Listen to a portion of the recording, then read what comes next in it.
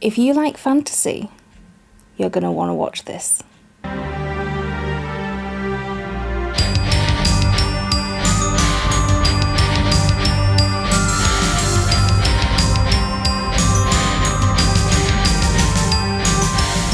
Hello and welcome to a fantasy arc book review. This is an arc review of Venomborn by Benjamin Aeveryn, and if you recognise that author name, you will know that every single book has gotten 5 stars. So let's see what this new series brings. Now, I have been on tenterhooks waiting for the sign up for this arc ever since it was announced. As soon as the author put the post up on their Instagram, I pounced on it like a panther. I was ready. I was like, here, yes, me, pick me. I so wanted this that as soon as it dropped into my inbox, I was kicking my feet and I dived straight into it. Finished it over a weekend, and I have waited over a week to write the review for it because I needed time to process. Now, if you've seen my Heroes of Firth novella review, which you can find up there, that is the review of a novella that is tied to this book, but it is 100 years in the past. So do you have to read the novella before you start this book? No. Although the events that happen shed a lot of light on what the world is, what the Venomborn are, it doesn't really have any impact on the plot of this series. Now, I would recommend that you do read the novella, Heroes of Firth. I think you can buy it on Amazon. If you can, I will link it down below. I can't remember if it was just in the author's newsletter only, because I can't seem to find it anywhere else, but I will check for you. But it really isn't mandatory to have an understanding or a grasp of what this new novel entails. So, without further ado, let's get into the blurb. Now, I'm going to be reading off Goodreads because, of course, it isn't out yet, it's an arc. Venom changed them in the womb. Now they must change the fate of Ortland. Fermenting monster venom is highly addictive, rich in magic, and dangerous. The unfortunate children of addicts are born with purple eyes and strange abilities. They are Venomborn. It should be a blessing they are rare, but a danger is coming only their strange powers can stop. The tarnished raiders sail for Firth, flanked by fox-like redback wyverns. Firth's soldiers have no defence against such a force, and what's more, few even believe they are coming. Effie Hartham knows the danger, and she knows she is one of the few who can save her homeland. Together with Kite Coppersmith, who's vowed to rescue or avenge his missing father, the pair stand as Firth's last hope. This is the start of their legend. Now, I've got it written in my notes that even the arc comes with a map. I love things that have a map. I don't go back and have a look when I'm reading this book, which is even harder to do when you're on a Kindle, but I like to know it's there. I look at it before I start, and I look at it after. I don't look at it while reading. Now, this is an arc, so there will be no spoilers, and I took writing this review, I was typing and typing away, and it ended up being 3 pages. I was practically writing an essay for this thing, and it didn't have any spoilers in it. So I have narrowed it down a bit, and we will be discussing the first couple of chapters, the world building and the lore and history of the place. But nothing to do with the plot, and especially nothing to do with the ending. I am going to be skirting around so much because I need to talk to people about this. So we open on an extremely intense labour scene. Elfrida is giving birth, and she has knowingly poisoned herself with Reaper's wine. Not entirely realising the full risk of what she knows that can happen when drinking this stuff. Because this is the stuff that if you drink it while pregnant will either cause your baby to be stillborn or aborted, or it will give them, or they will be born with venom in their veins, thus being the Venomborn. Now, even when she knows this on like a conscious level, that this is a risk, she is an addict and she can't help but want this wine. Even though she knows what she's doing, she can't help herself. And this scene is where one of our main characters, that being Kite, is born. So I'm going to read you a little bit of what happens afterwards. It is only a paragraph, so there is no spoilers. She loved him so much, and yet there was no warmth to it, like a beautiful painting of a roaring hearth. She knew every part of her love, but could not touch it, could not warm her hands against it, or listen to the crackle. There was a chasm inside her. There always had been. Sometimes the rain came and filled her until she felt almost whole. Her wedding day had been torrential, filling her up and washing her through with joy. But always that void emptied again. A silver mark for a bottle of Reaper's wine. The cycle continued. Now we join up with Kite. Like I said, he is one of our main characters, and we join up with him a few years down the line. And he is in a village slaughtering a monster as a would-be monster hunter for hire. However, this first interaction between Kite and one of these monsters doesn't go exactly to plan. He kills it, it manages to stir up a whole nest of them, everything goes to shit, and he drinks venom to try to make himself stronger, because he knows he's Venomborn and he just doesn't know what power he has. So he drinks venom to make himself stronger, and when he wakes up hours later in excruciating pain, the village is decimated, there are bodies lying everywhere, but none of the monsters have survived. Kite is the son of a blacksmith, and like I said, he has never tried to tap into his potential Venomborn powers. For the most part, he's tried to ignore it completely. What he wants most in the world is not only just to fit in his community, because at this point, the Venomborn are sort of not exactly shunned, but they're treated with extreme distrust. And it doesn't help that Elfrida, she commits suicide way at the beginning of the novel. So not only does Kite want to fit in as a part of this community, which everybody can, relate to, they want to fit in, they want to conform, but also one of his overarching feelings is not to be a disappointment to his father. Because their relationship, the relationship between father and son, is fraught to say the least. Kite feels that his father blames him for his mother's death. And yet, to a point, yeah, he does. It really comes across. This is not sugar-coated by any means. This is raw. Because not only does Kite feel the guilt of being Venomborn, even though it's not his fault, he was born the way he was, his mother's choices and the guilt that not only he feels, but his father feels in not being able to make her better, is taken out on each other. So Kite decides that he can't stomach just constantly being reminded of killing his mother, being a failure, because he can't be the perfect blacksmith that his father seems to want him to be, and it is very friction in this house. So Kite decides to leave, and he wants to do some good in the world, use his power that he has but he has never used before to help people, and by that try to win his father's approval. Like I said, his first encounter when he goes to this village to get hired to kill this monster, he kills the monster but stirs up this monster nest, and it really doesn't go according to plan. Now it's the time after this, immediately after this, where we get the self-reflection of Kite and the feeling that he only sees the negative aspect. Like, not only did he go to this village, kill these monsters, did something to help these villagers, decimated this nest, all he can think about is that, villagers died because of what he did.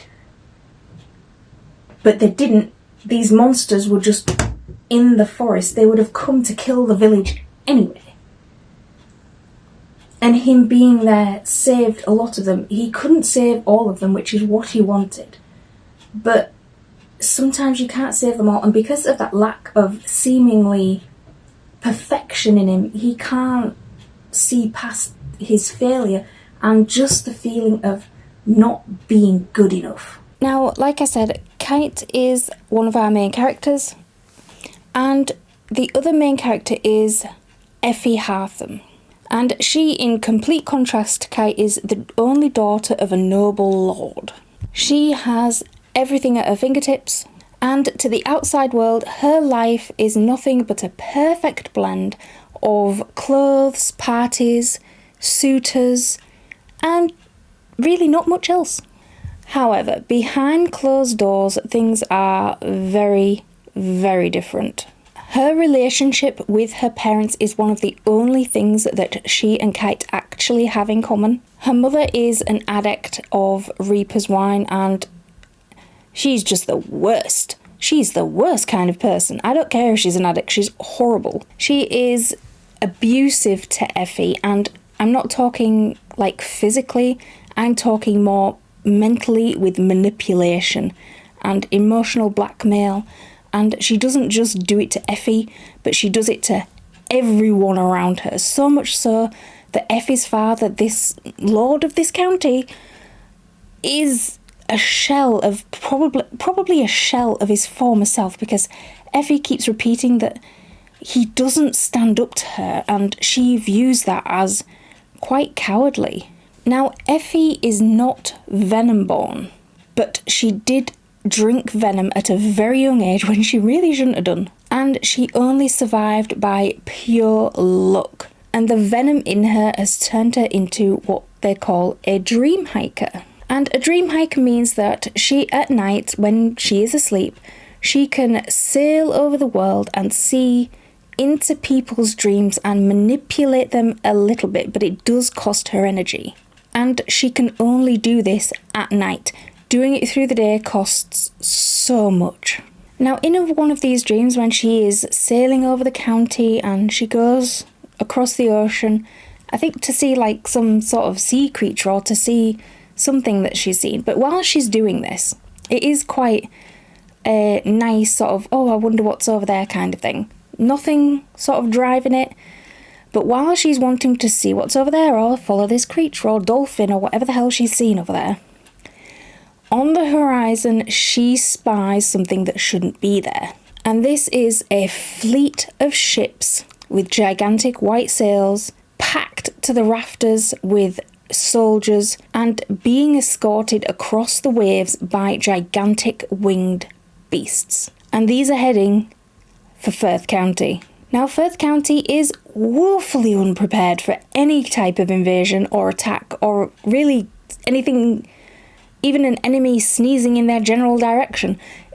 They're woefully unprepared for this, and Effie knows it. So when she wakes up screaming, the first person she sees is her father. She tells him what's happened, and he doesn't believe her. He knows that she is now Venomborn because her eyes are a different colour, and he knows that she drank this stuff and was ill for days and nearly died, but he doesn't believe her. And he's not the only one, because a lot of people just don't believe her. Think, oh, well, you know, poor little girl, you had a nightmare. Oh, it's so fine, it'll get better. Just don't think about it. And meanwhile, it ain't a nightmare. And she doesn't even attempt to tell her mother, because what's the point? She is a drunk, and most of her days she spends in the company of a bottle of Reaper's wine, like I've said, and Effie doesn't even want to go anywhere near her. But Effie knows that for this fight with these types of soldiers, with this armada at their horizon, and these beasts just flying around protecting this thing, they are going to need not just the people on the ground, they are going to need the Venomborn of legend. The Venomborn of legend which were in the novella Heroes of Firth.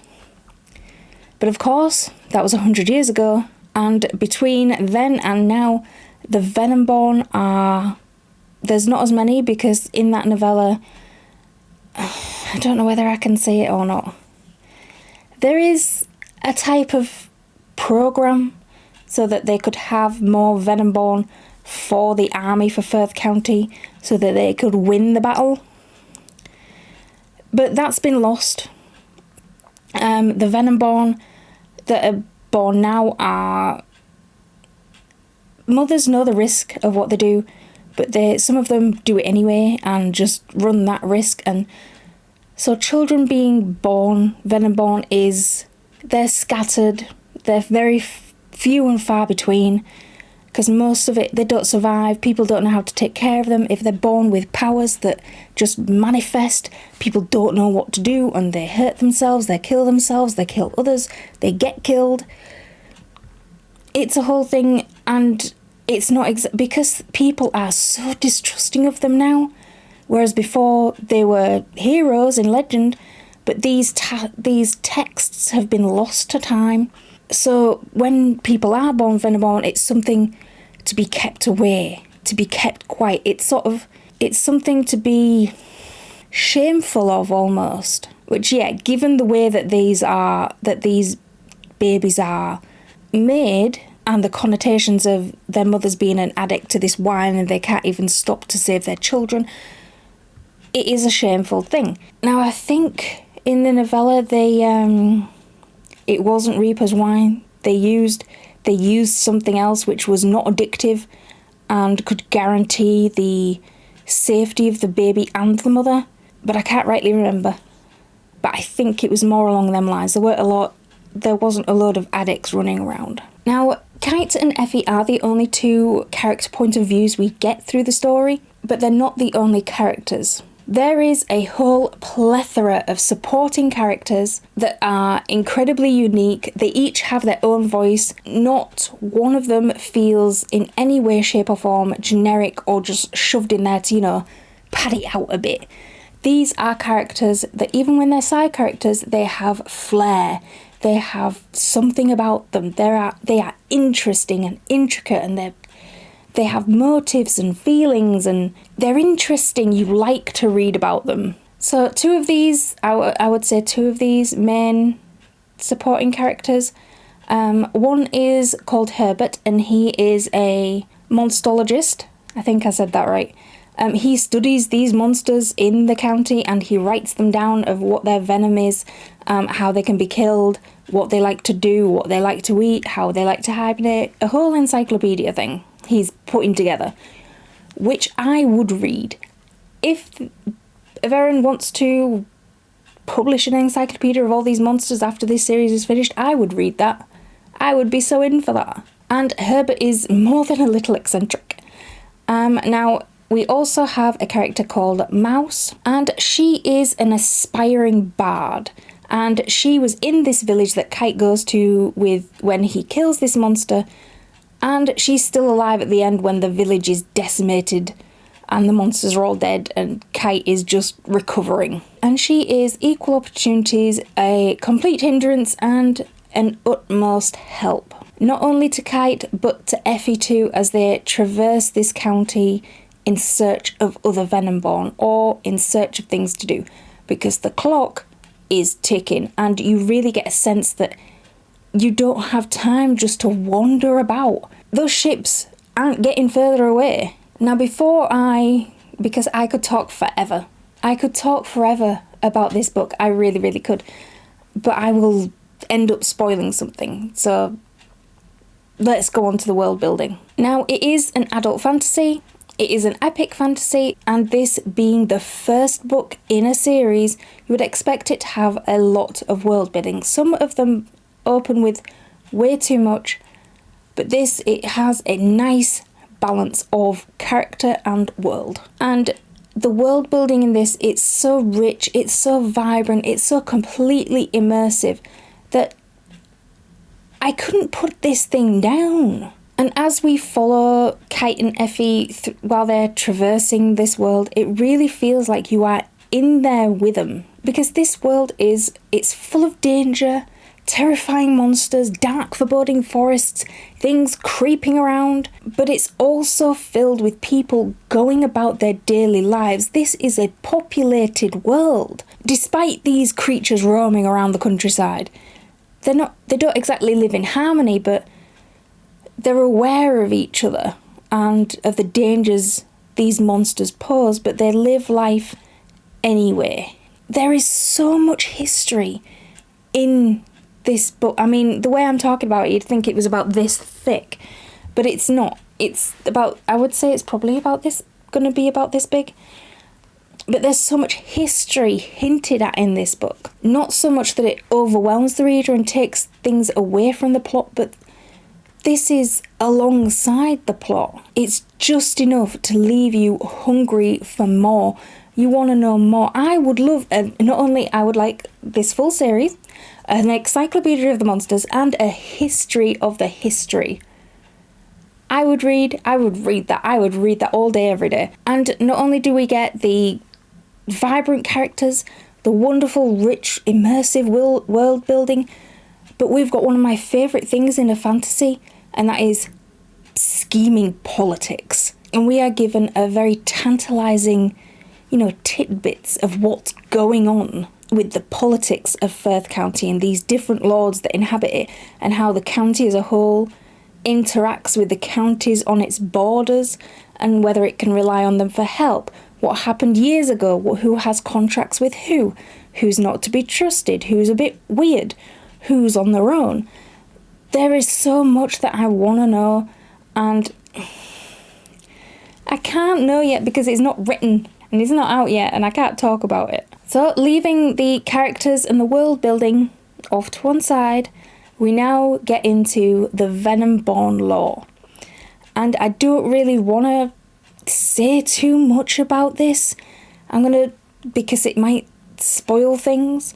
So I'm going to give a brief sort of sketch overview of kind of what it entails, because the Venomborn aspect is so interesting and powerful, but also immensely tragic, considering the events that it leaves as a domino effect in its wake, because the only reason these children are Venomborn is because the mothers are addicts to this wine that poisons them. And the mother's addiction is the main cause of, or is the cause of, babies being born Venomborn or being born dead. Now, there are 5 types of venom in this world, all in different tiers. You start at tier 1 and you can't skip a step. So you can't go from tier 1 to tier 3. And you can't go from tier 1 to getting the most powerful venom at 5 to make yourself the most powerful entity ever. Because in a very realistic way, the way the story is woven together, the body of the consumer needs time to adapt to this poison that has been introduced to it. And it takes time, and it's incredibly excruciating. Even just going from tier 1 to tier 2 is extremely painful, because it rips your body apart inside and reties it all together. And you feel every little bit of this. And that is only going from 1 to 2. Never mind 2 to 3 or 3 to 4 or 4 to 5. Being 1 to 2 is difficult enough. Even entering and being number 1, being Venomborn, you have to intake venom to get to tier 1. So you start off at 0. And that in itself is extremely painful. And so there are consequences for this. And you can't take... Now, because not all the monsters are known, they're not all catalogued.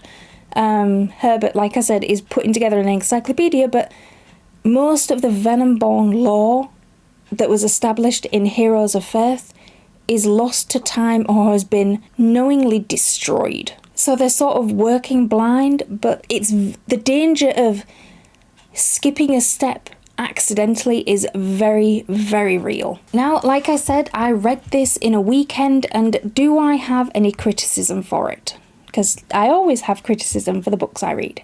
I really have to scratch around for something to find in this, because for me, it was just perfect in everything. Everything it used, it was perfect. It was exactly what I wanted. The only thing that I can shove in as a potential criticism is the fact that the book isn't out yet, which means that the second book is way off. Probably next year. And I don't want to wait that long to read. If I had the second book right now, I would already be reading it. I want to dive straight in after finishing this one. I just wanted to pick up the second one and read straight through it, and knowing that this is an arc which I am ever so grateful for, and it's not coming out yet.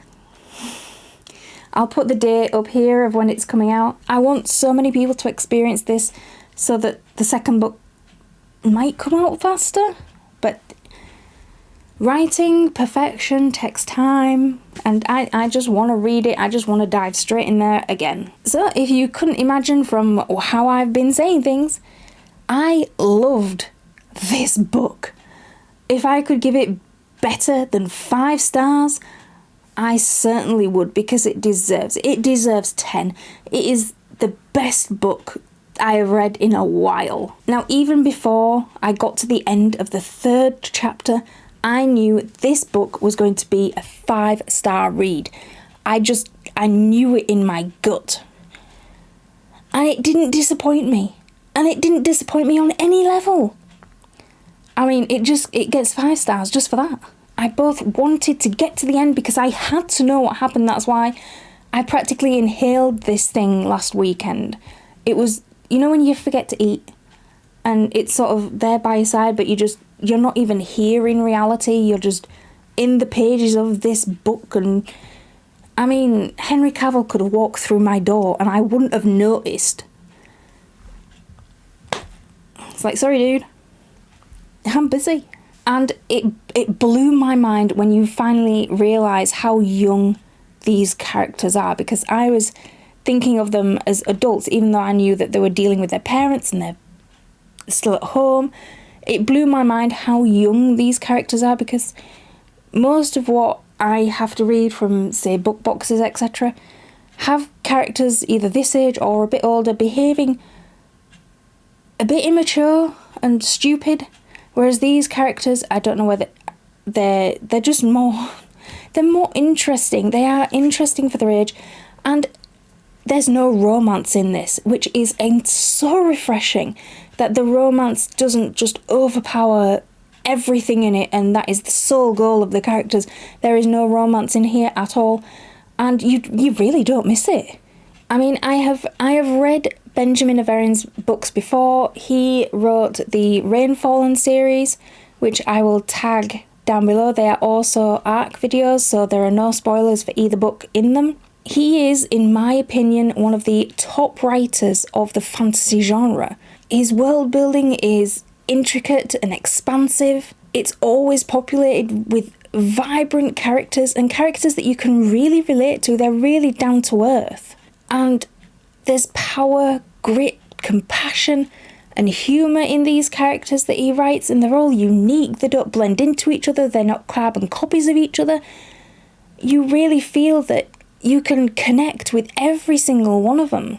All of this makes a book that you can just lose yourself in. I lost myself for a weekend. I don't know what I did except read. And it is criminal that his books are not known more, and they're not being, or I mean, they probably are, except I'm not in the wider fantasy arena, but they probably are being talked about in that wider fantasy arena. It's just, I think they should be talked about where Muppets like me on the outer side of the fantasy arena can go, ooh, like that one, which is what I'm doing right now, because I mostly read horror. Fantasy, because of his books, I am getting straight back into it, and I am so happy for it. So would I recommend this to anyone? I would recommend this book to absolutely everyone. If you read romance, you want this. If you read fantasy, you definitely want this. If you want horror, you want this. If you like monsters, you want this. If you read anything, you want this book. You need to pre-order it, put it on your TBR, get it somewhere that you know you're going to read it when it comes out this year, because if you don't, you are missing something, and you will miss something so epic and fantastic. I can't be as enthusiastic as I need to, because I want to have the book and shove it in people's faces saying, you've got to read this, you've got to do this, read it. You won't regret it. I'm going to have to stop this video because either I'm getting too animated because I'm getting a bit hot, or I'm going to end up saying something that's going to spoil it. And I don't want to spoil it, because when you read it, I want you not... I mean, you can't go in completely blind because of things that I've alluded to in this video, like the lore and the history and the characters. But you're going to go in blind enough. And I hope you have the same experience that I did. It is a wonderful fantasy just to lose yourself in. So let me know what you think of this down in the comment section below, and get it put on your TBR. With the dawn, new hope is born. In this heart no longer torn. Sip the wine, embrace the night. Dark stars journey shining bright. Through the trials, through the pain, love and light shall still remain.